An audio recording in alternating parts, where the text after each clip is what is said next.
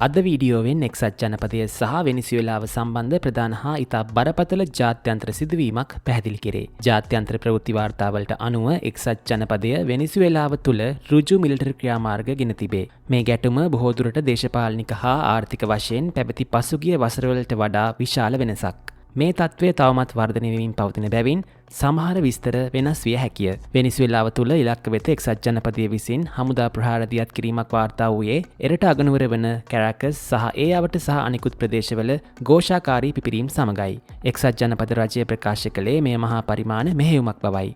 මෙහෙයුම අතරතුර වෙනිසුවෙලානු ජනාධිපති නිකොලස් මදුරෝ අල්ලාගෙන රටින් ඉවත් කළ බවද ඇමරිකානු ජනාධිපති ඩොනල්ඩ් ට්‍රම්ප් සමාජ මාධ්‍ය ඔස්සේ නිල වශයෙන් දැනුම් දීමක්ද සිදු කළේය. වෙනිසුවෙලානු රජය මේ ක්‍රියාවේ නීත්‍ය අනුකූලභාවය තරයේ ප්‍රතික්ෂේප කරන අතර එය ඔවුන්ගේ ජාතියට එල්ල වූ ප්‍රහාරයක් බව පවසයි.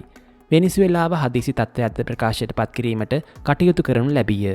එක්සත් ජනපදය මේ පියවර ගත් බව පවසන්නේ මන්දැයි අප තේරුම් ගත යුතුය. එක්සත් ජනපදයට අනුව ඔවුන් වෙනිසුවෙලානු රජයට දූෂණ, ජාත්‍යන්තර මද්‍රව්‍ය ජාවාරමට සම්බන්ධ වීම සහ බරපතල මානව හිමිකම් උල්ලංඝනයන් සම්බන්ධයෙන් චෝදනා කරති. වෙනිසුවෙලාවේ මැතිවරණ නිදහස් හෝ සාධාරණ වූ බවත් වත්මන් රජය ජනතාවගේ කැමැත්ත නියෝජනය නොකරන බවත් එක්සත් ජනපදය වසර ගණනාවක් තිස්සේ පවසා තිබේ. මෙම ප්‍රකාශ මත පදනම්ව අපරාධ ජාල නැවැත්වීමට සහ කලාපී ආරක්ෂාව ආරක්ෂා කිරීමට තමන් ක්‍රියා කළ බව එක්සත් ජනපදය පවසයි. එක්සත් ජනපද ස්ථාවරයේ ආධාරකරුවන් තර්ක කරන්නේ වෙනිසුවෙලාවේ තත්ත්වය ශක්තිමත් ක්‍රියාමාර්ග අවශ්‍ය වන ස්ථානයකට පැමිණ තිබුණු බවයි. වෙනිසුවෙලානු රජය එක්සත් ජනපද පැහැදිලි කිරීම සම්පූර්ණයෙන්ම ප්‍රතික්ෂේප කරයි. වෙනිසුවෙලානු නිලධාරීන් පවසන්නේ තම රට එක්සත් ජනපදයට පහර නොදුන් බවත් එයට මිලිටරිමය වශයෙන් තර්ජනය නොකළ බවත්ය. එක්සත් ජනපද ක්‍රියාව ජාත්‍යන්තර නීතිය සහ ජාතික ස්වෛරීභාවය පිළිබඳ මූලධර්මය උල්ලංඝනය කරන බව ඔහු පවසති. වෙනිසුවෙලාවේ දෘෂ්ටිකෝණයේ මේ නීතිමය මෙහෙයුමක් නොව බලහත්කාර පාලන තන්ත්‍ර වෙනස් කිරීමක් සඳහා වූ උත්සාහයක් විය. රජය පවසන්නේ වෙනිසුවෙලානුවන්ට පමණක් ඔවුන්ගේ නායකයින් තෝරා ගැනීමේ අයිතිය ඇති බවයි. වෙනිසුවෙලාව සමග මිත්‍රශීලී රටවල් කිහිපයක්ද එක්සත් ජනපද ක්‍රියාමාර්ගය විවේචනය කර ඇති අතර උත්සන්වීම් පිළිබඳ කනස්සල්ල පළ කර ඇත.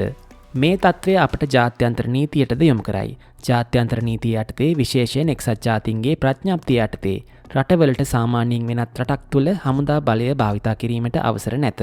නමුත් සන්නද්ධ ප්‍රහාරයකින් පසු ආත්ම ආරක්ෂාව හෝ එක්සත් ජාතීන්ගේ ආරක්ෂක කවුන්සිලේ අවසරය වැනි සීමිත විතිරේක මේ අවස්ථාවට ඇත. එක්සත් ජනපද ක්‍රියාමාර්ග මේ නීති රීතිවලට ගැලපෙනවාද යන්න පිළිබඳව බොහෝ නීති විශේෂඥයින් දැන් විවාද කරමින් සිටිති.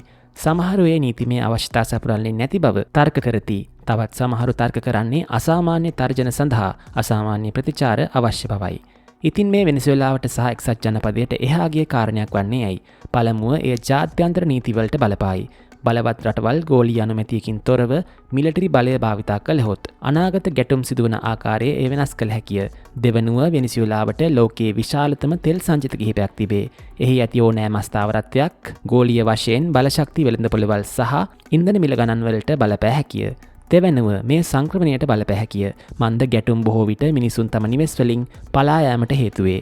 අවසාන වශයෙන් ඒ විවිධ පාර්ශ්වයන්ට සහාය දක්වන ප්‍රධාන ගෝලීය බලවතුන් අතර ආතතීන් වැඩි කළ හැකිය. මේ තත්ත්වය තවමත් වර්ධනය වන සහ වේගයෙන් වෙනස් වන තත්ත්වයක් බැවින් සාතොරතුරු තවමත් ලැබෙමින් පවතින බැවින් කාලයත් සමග සමහර විස්තර තහවුරු කිරීමට හෝ නිවැරදි කිරීමට ඉඩ පවතී. නව අවුරුදු දාවත් සමග මේ වන විට සමස්ත ලෝකයම වෙනිසුවෙලාවේ ඇති වූ මේ තත්ත්වය ගැන අවධානයෙන් සිටී.